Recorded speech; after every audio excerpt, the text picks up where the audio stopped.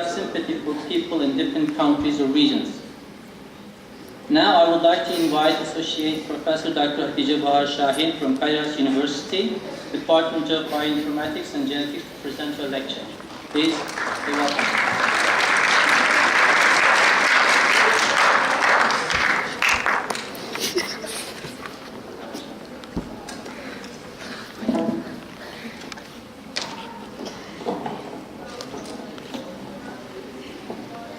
Hello people, everybody hears me?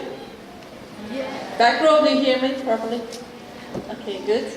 So hello, Mümtaz Turhan Sosyal Bilimler Lisesi and Çorum Sosyal Bilimler Lisesi. I hope you see me. To be with you. First of all, I would like to thank you for inviting me. I would like to thank Erdoğan Hoca, I don't see him, and Levent Hoca for organizing this meeting. I will go slide by slide. It's going to be in English, but you can stop me and ask anytime if there are some words that you don't understand, or if there are any concepts that you want me to explain. I can stop and explain. So let's make it a conversation instead of a lecture. Okay? Are you with me? Okay, then we can start. Can we start the presentation, please? One more. Okay, here we are. First of all, we can say that the overweight and obesity is an increasing problem in the world. So what is overweight and what is obesity? First, we need a proper definition of them. To define things, we usually use maths, and we can say that BMI index over 25 is overweight. And what is BMI? It is your mass in kilograms divided by height in meters. Okay. Do you know your BMI? Anybody calculated? Okay, you're much higher than, you have a higher level than I thought, so it's going to be a little bit boring for you. The BMI over 25 is taken as overweight, and BMI over 40 is taken as obese. Of course, these are very brief, very but not so detailed definitions, because it's important how much fat you have, how much muscle you have. Although my BMI is 23 only, I'm taken as overweight. So it's not the only thing, and your BMI is not applied because you are not adults yet, you are still growing. So your calculation is a little bit different. So in the world, the ratio of obese people is 13%. In Turkey, it is 20%, so we are the third in the world. First is Americans, second is Norway, and Turkey is the third. So it's already too much. So what's happening? Can you go back a little bit? So what is happening? Is it an epidemic? Yes, it is taken as an epidemic, which means it's a very common disease and increasing. Why is it happening? What we can do? There are two things, very simple, that we can do. Eat better and move more. So these are the two very basic things that everybody wants, and these are the things that the World Health Organization, WHO, is suggesting. Next, please. Next slide.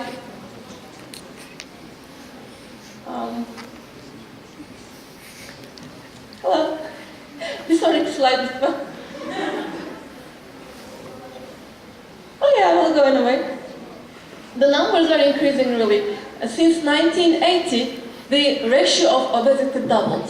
So we are not just making up, our body weight is increasing. And we have two things that we already defined, that we are eating food which is rich in calories, which is rich in high in fat, fat and sugar. And second, we are not moving a lot.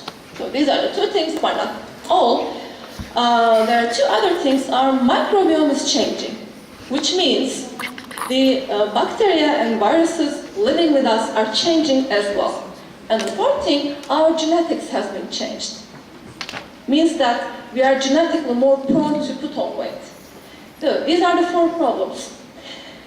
To be able to understand the human eating behavior, first we need to see the human history. Where did we come from? What is our origin? Why we are eating this way? And why is it changed? So can we go one slide more, please, or two slides more? Levent Hocam, or Erdoğan Hocam? Yes. Next one. Can we go 2 slides more, please? There. Here on the, well, the one before, please. Okay, let's start here. Today you see people, usually fat or overweight, eating a lot of junk food, including hamburger, chips, etc. But were we always like this? No, it was quite different quite some time ago, and the some time ago is not really that long. First we need to understand where we come from. The human beings, we belong to the primate order, to hominid family. So we have a lot of cousins, we have lots of close cousins and long forgotten cousins. Some of them are dead, actually just few of them are alive.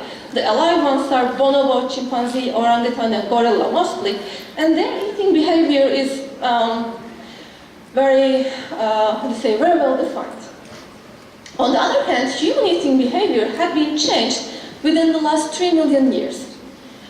What happened is, okay, it will come. The human beings diverged from gorilla like 10 million years ago, and we diverged from the other hominids like chimpanzee and bonobo 6 million years ago. Within the 6 million years, the human eating behavior changed extremely. Now, it was like the chimpanzee eating behavior 3 million years ago. What did the chimpanzee eat? One more, please. One more. And one more. Yeah. These are the main things that the chimpanzees and bonobos eat. Like leaves, fruits, barks, shrubs. What else? The roots, like carrots, the nuts, flowers, seeds like, sunflower seeds. And except that the consumption of meat was very limited. It was mostly insects and small animals. So check the eating behavior of humans 3.5 million years ago, which is more or less like bonobo and chimpanzees today. So it was mostly plants and little bit of meat. So we can say that, well, I hope you know that we have 4 different kinds of classes in our eating behavior. One of them is sugar, starch, carbohydrates. The second one is proteins. Third one is oil and fats. And the fourth one is minerals. This is not the perfect classification, but as of now I can say that. So, 3.5 million years ago, it was mostly fruits and little bit of meats. And those meat was not big animals. They were insects, little things, so it was not hunting, but little things that you can catch while you're sitting, or that you can find on the plants. Okay, today, do you realize how much meat we eat? Can you guess? Quite a lot, much more than that. But check your jaws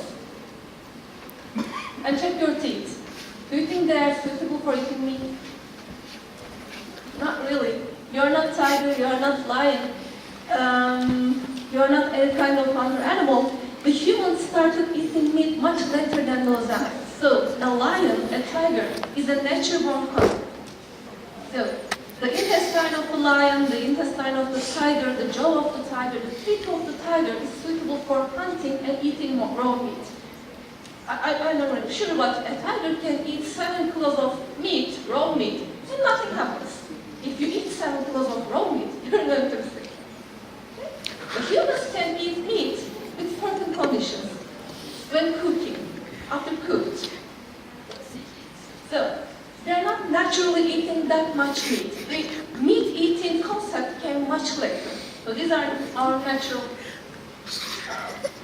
things. And except that, we were eating lots of nuts. But the nuts require something very special, which is tool using. You have to get a spoon, put on the nut, so you can eat the nut without smashing it. So tool using, this was the very first example of tool using. If you can learn it, if you can teach it to your children, they can eat and survive better. But tool using was very limited those days. And then approximately 2.5 million years ago, the humans discovered bone marrow. Do you know what is bone marrow? There is the bone, and if you break the bone, there's this juicy thing inside the marrow, where the stem cells reside. And actually it's very rich in fat and protein. When people discovered how to eat the bone marrow, it was a jump in humanity. Because suddenly the energy intake increased a lot. The food was never very, very much for humans. It was always limited. And they could survive and reproduce as much as they could find food.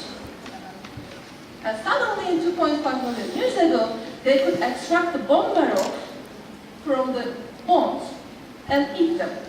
It was very nice because it is very rich in energy, and more energy means you can survive more and reproduce more. Of course, the bone marrow is not easy to eat. You need tools to take the marrow out of the bone. So this was a second example of tool using, and that's very important for changing of humans. One more slide, please. And one of the biggest jumps in human culture is hunting. Because bone marrow eating doesn't require you to follow and hunt an animal, because sometimes an elephant dies, and some tigers and lions eat the meat of the animal, flesh of the animals. But then, the bones stay, because the other animals don't know how to eat bones. Only humans, by using tools, can extract the marrow out of the bone. So this was our advantage. We were clever, we could use tools. So we had access to the food where the other animals cannot access. But then hunting came, approximately 2 million years ago. Hunting was one of